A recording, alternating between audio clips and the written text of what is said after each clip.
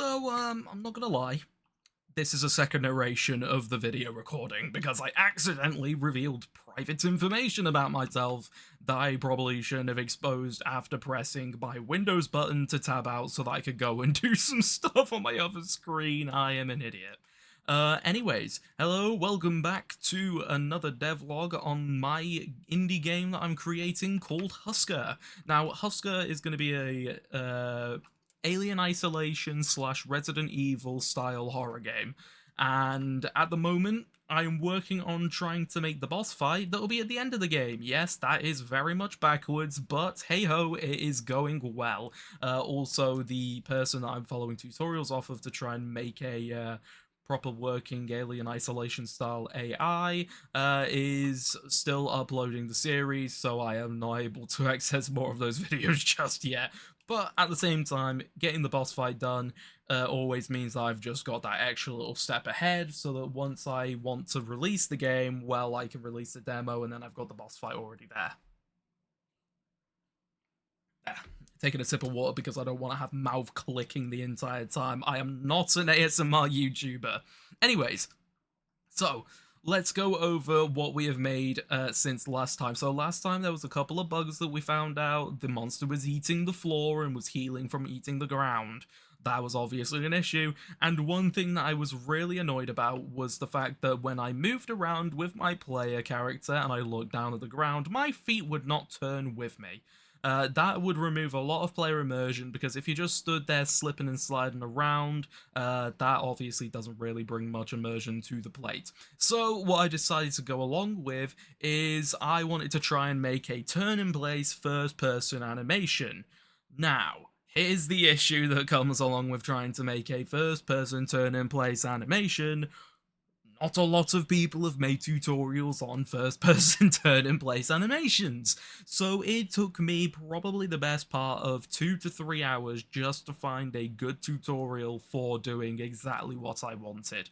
I was really struggling to find what I needed because one of the biggest parts of a first-person turn-in-place animation is it's first-person.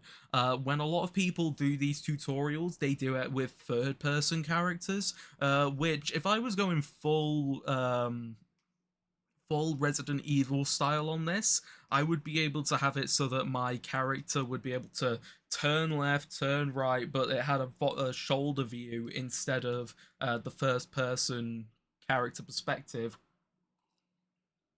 So all of those would have worked, but I'm doing first person because I like first person horror games. So it was a lot harder. I found one, thank God. This guy is awesome. Gem Games. His link will be in the description of this video. I always put the links for my tutorials that I use in the description. That's going to be added onto the list because he has a how to make a horror game in Unreal Engine 5 turn and place system tutorial, which was fantastic. You have to follow along with a previous tutorial to make it fully work, but at the same time, it is incredibly useful. So, let's quickly show that off. I'm here. Here's what I can do now. Look at this.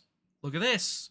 When I'm looking around, my lower body doesn't move along with my head, spine, and my upper back, because I've made it so that you can now look up, you can look down, you can look to the right, and you can look to the left without turning your character, just to add a little bit more realism, because if you were stood still in real life and you looked left, well, you just saw exactly what I was going to talk about next, but if you was to look left, and your whole body was just slowly rotating around like a microwave dish, you wouldn't really think that that was very good. So I have made it so that you can now look down to the left, look down to the right, and you've just got that bit more freedom with the camera. Now, another thing that I have added on is, boom, your feet now move as you turn. You can do it with left and you can do it right. Now, it does look a little bit jank and the camera does have a little bit of jankiness to it as well. But overall, I'm quite happy with how this has turned out because, as you can see, it also works there. You could tell when you've turned around. It just makes things a lot more immersive. Another thing that was a problem with this whole tutorial was the guy had noticed that if he turned and walked, he would walk in the same direction as his camera, but his feet wouldn't move to face where his camera was. So that's also fixed. Boom. Working perfectly. Now, you might be asking, is this the same if you are holding a gun? No. I am not going to be making it so that when you pick up a gun, you have the same sort of system, because the issue with that is I can't do it with the system that I currently have going on right now. If I was to make both systems in one go, it would be a massive nightmare, because right now, how the normal system works is it checks you're looking up, you're looking down, and it will just move your body as it goes up and down. If you do that whilst you're turned at an angle and slightly crouched, your body does not turn properly. Um, so it was making a lot more hassle than what I was wanting. If I was to try and add that onto this, I would have to go and download a whole new set of animations for the 8 directional movement, as well as for the just any gun movement in general. I would have to go and redo it all, because I would need a gun animation that was stood directly upright and facing directly forward rather than looking at an angle. So it's annoying, but at the same time, it's necessary for me to continue on with the game. If I'm that bothered by it by the time that I have fully made the game, I will go and change that, so don't worry about that. Now, another thing that I will be adding, and this is a guarantee, is when I jump whilst armed, I don't have a jump animation. I really need to add one, because this is just very jarring. Even whilst running, yeah, just zero animations for the jumping whilst wielding a gun. So I will also be adding that on to make it so that that is a little bit more realistic. Now, another thing you will notice is you can't look left and right whilst holding a gun, in the similar way to how you do without holding a gun. That is once again for the fact of it is a nightmare, because it manipulates the gun as well as the hands weirdly, so it just completely screws it all up. If I was having the character wield a handgun, this would be 1,000 times easier, I can tell you that. And if I was doing it in third person, once again, thousands of times easier, because it is so much easier to do this sort of system in third person rather than first person. And also it's a lot easier to do whilst holding a handgun, because the handgun is going directly out in front of your face, whereas a assault rifle is in both hands and you are holding it at an angle. Taking sips of water so that my mouth ain't dry. Anyways, one thing that I had a major issue with in the last video was Mr. Big Man over there, big ol' Husker, was chewing at the ground to heal. Now, that's obviously a problem, because he's supposed to go over to that body to heal, but he was literally just gnawing at the ground whenever he wanted and was able to heal. But this has been fixed.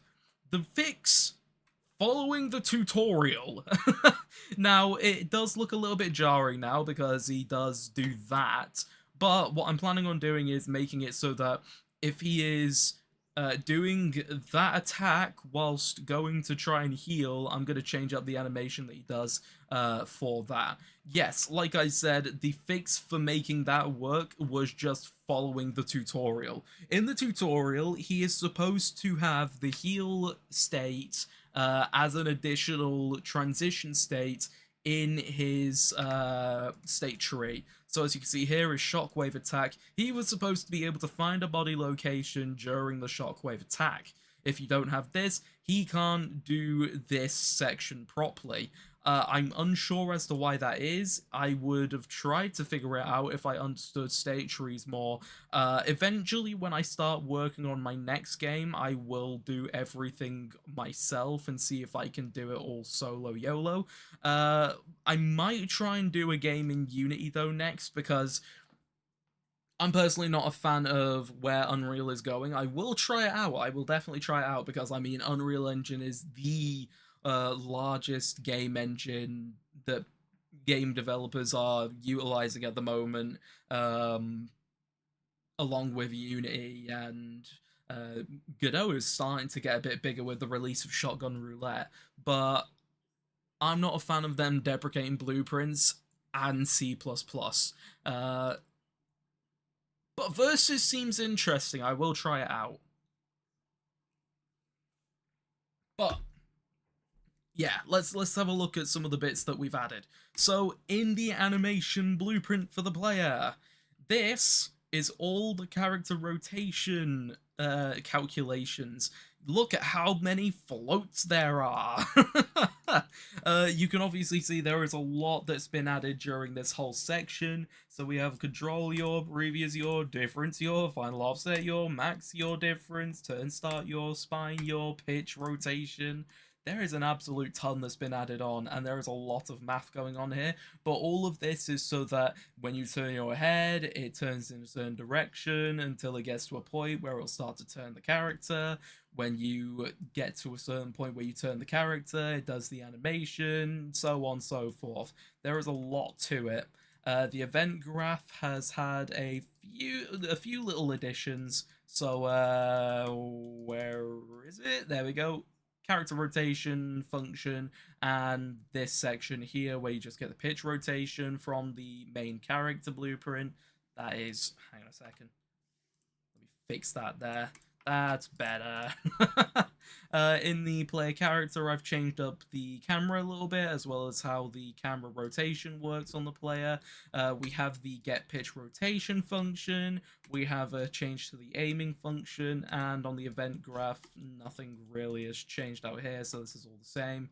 And there's been a couple of additions to the locomotion. So we've just had changes where we've got new states for turn in place right, turn in place left, and as a part of the, where is my animation graph? Well, that's gone, but I'll bring it back. The animation graph, this is if you're armed, and all of this is if you're not armed. So this is the exact same situation as this. What I'll probably do is I'll probably change this to where it is just straight up. Where's the section that I'd need? This section plus a couple other bits from here, because, I mean, you're not going to be armed anymore, so none of this is really all that relevant at this stage. But it's always good to have there just in case it ends up bricking and you're suddenly armed. But yeah, there has been a lot of changes. Simple changes, really hard changes. It took me many hours to make it so that the player could literally just shuffle his feet around as he turned in a certain direction. So, in terms of what's going to be added, I want to add the next stage of the boss fight. There's four different stages to this boss fight, so I need to start getting a crack on with giving him different abilities and such. I also want to start trying to work on getting the UI started, because if I can get some of the UI started, banging. I really like UI. It was just a little bit of fun for me just to get a little bit creative and see where to put different things. So that's going to be cool. And then one of the main things that I really need to start doing that I still haven't started doing is working on player inventory, player, like, the flashlight, walking around the building and going and doing the puzzles that are supposed to be in the building. I haven't started on a single puzzle.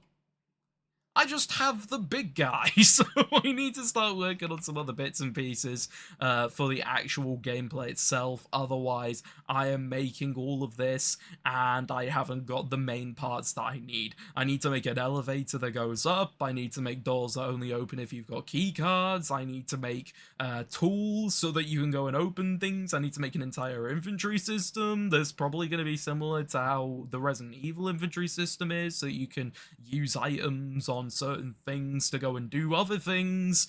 And yeah, there's a ton I need to do, but I'm excited. This has really gotten me into my game development. I have been waiting to make a game like this for absolutely ages and just kept on putting it off and putting it off until finally I decided, grow a fucking pair of balls and do it.